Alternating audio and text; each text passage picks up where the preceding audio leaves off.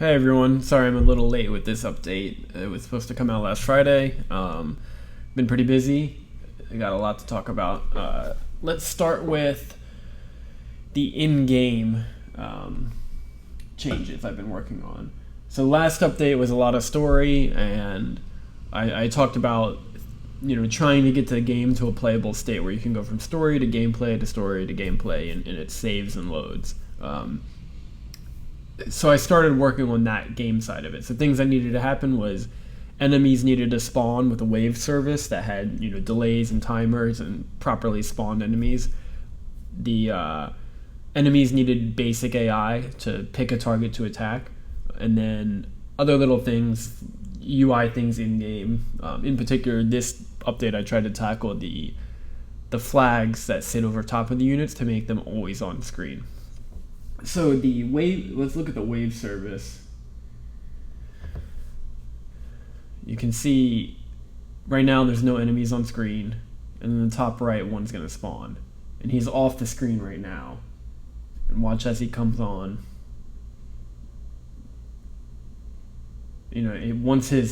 Also notice his flag was viewable. Once they come on screen, it hooks in with them, smoothly. They also, not only do they spawn, they pick out the easiest target. They're all going to come to this guy right now and attack.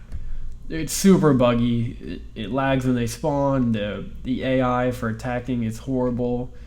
Occasionally they're going to walk over this cliff. The bugs are not what I'm worried about. It's the template and the framework for a game that you can play, and I can then smooth out and polish each element. It's going to be very iterative.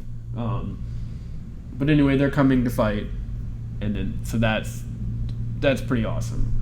The only thing of those that I didn't finish is like a game over state or a game one state. That'll go into next week. The other thing, I'm gonna restart this. Let me show you this GIF real quick over here.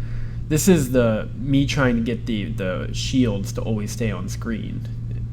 And you notice, watch the red one. It broke right there. It disappeared when you get to the corner, close to the corner. And what it should do is it should go all the way to the left and then come down all the way to the side.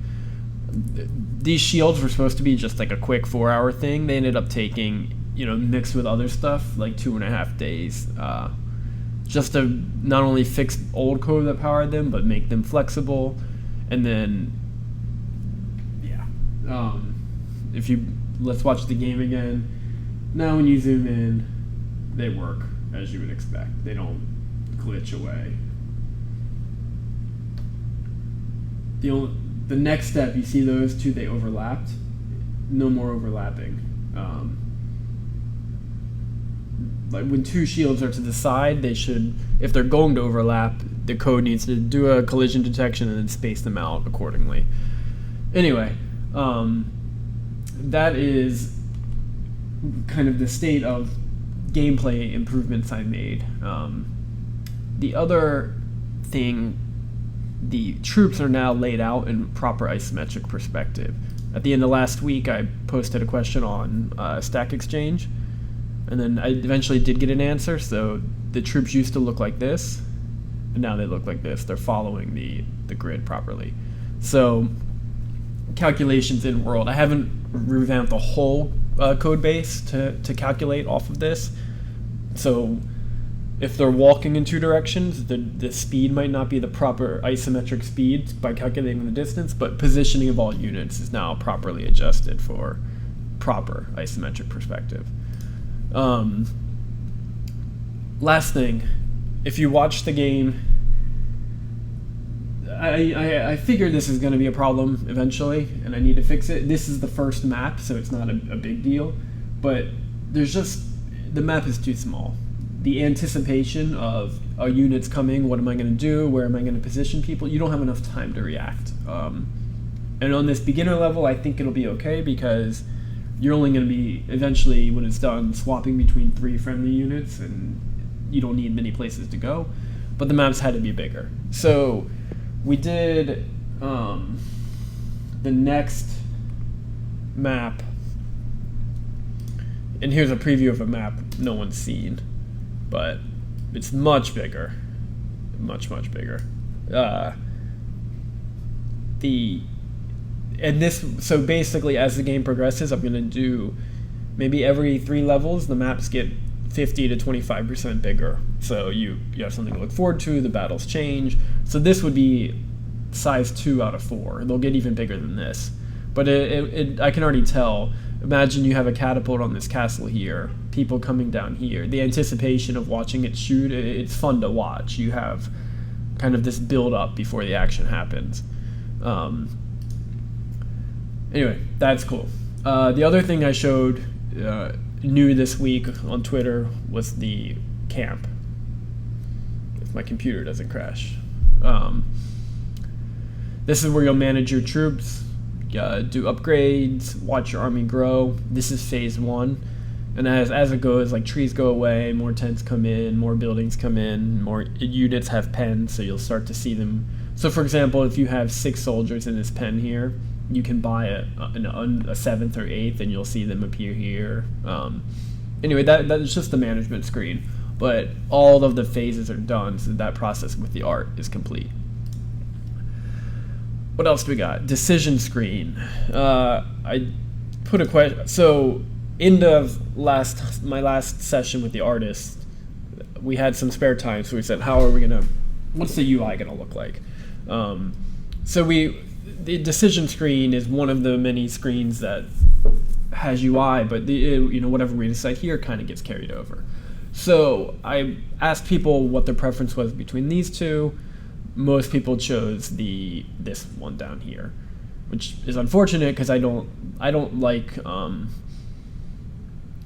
textured UIs like a material like wood or grass. I prefer something more simple. Not only because I can do it myself, but I'm just a minimalist, I guess. Side note, the world map was placed into this document. It wasn't there before. I think it looks pretty cool. But anyway, this kind of led to, I mixed the two to do something like this. And this won't be the final either, but it's getting closer. But one thing I do like is these circles, as a consistent UI element throughout the game. So that led to a couple changes. It led to me playing with circle icons. This was my first one. And I already think that looks significantly better. Ignore this. That I might eventually have Scott paint an icon like this just to see if it makes it look better or worse in the world. But if you look at in game, like what those icons might look like, you can see in the bottom left. It doesn't look bad, and it's crisp, and it stands out.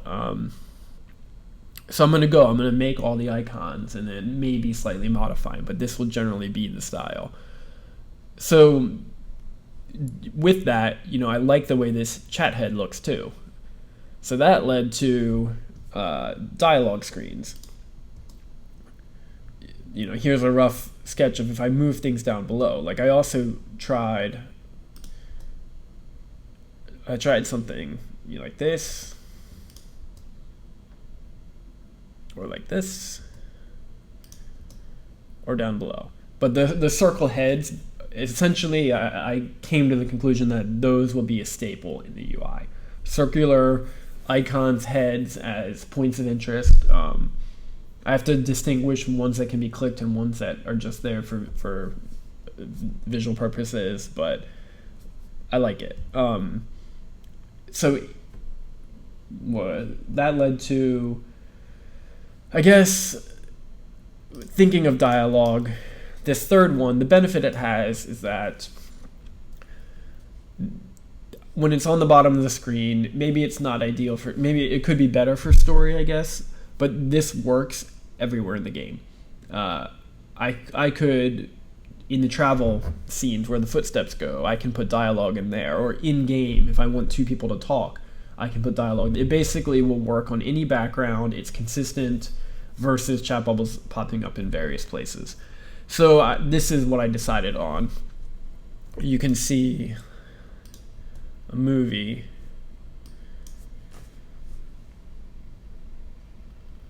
that's how the system would work. Let's replay that one more time.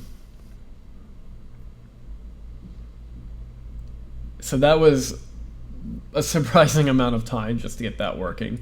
Not just iterating on the art to come to the conclusion, but also the math.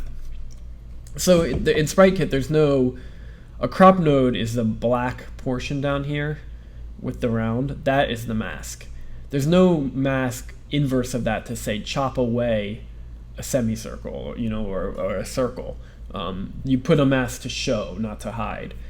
So what I had to do is, there's an actual image with a transparent semicircle. Sorry, I'm drawing with my hand on the screen. You can't see that.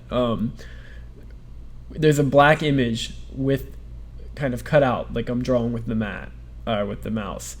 But that image is super long. It extends well off the screen. And then I have a mask much smaller of just a rectangle. And then it's like a sliding window. That giant image goes back and forth between the mask. So if you watch it come up again, you'll see, those semicircles slide with the head, with the chat bubble head. But it has to work. It had to work for 1, 2, and 3 speakers and be dynamic. It has to work on an iPhone, an iPad, a Mac. So it had to just getting all of the numbers to work correctly. It took some time. Also, the last requirement was that in some scenes, one speaker leaves. So it had to be able to fade a bubble out and then spread the other two out to the position they're supposed to be in. Anyway, so I have a whole chat system now. I also implemented it on the world map and in-game, so I can use this anywhere now. And then a sidetrack note there, I worked with Mike to get travel dialogue script, just to add additional insight and build the characters up a little more. So I don't think I have an easy way to show you that right now. Sorry, but you can imagine world map shows, slight delay, heads come in, little background information, and then you go to the next level. So there's a lot of work on story there. The last thing I did with story is so if you look at let me just bring it up. So watch a couple things. The clouds move up here, the eyes will blink. Just blinking, like I had to make it a random, find out how often the human eye blinks, make a bunch of variations so it's not predictable. Anyway, now I have a blink class where you just add an image and give it a name of blink, and you can make anything blink.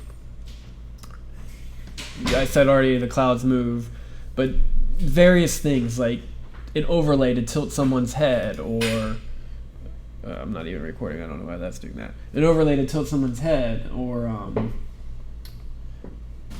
move their arm down, or basic one-frame animations, just anything along those lines. We did a whole day of that kind of stuff.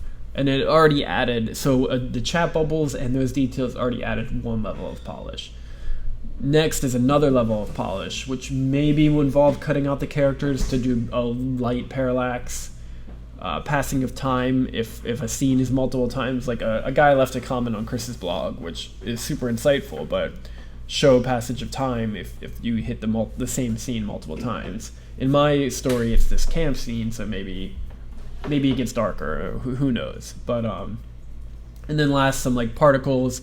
I have a girl with a staff, maybe the staff is glowing whenever she's in the scene. Anything to bring it to life in an affordable way is kind of what I'm working on.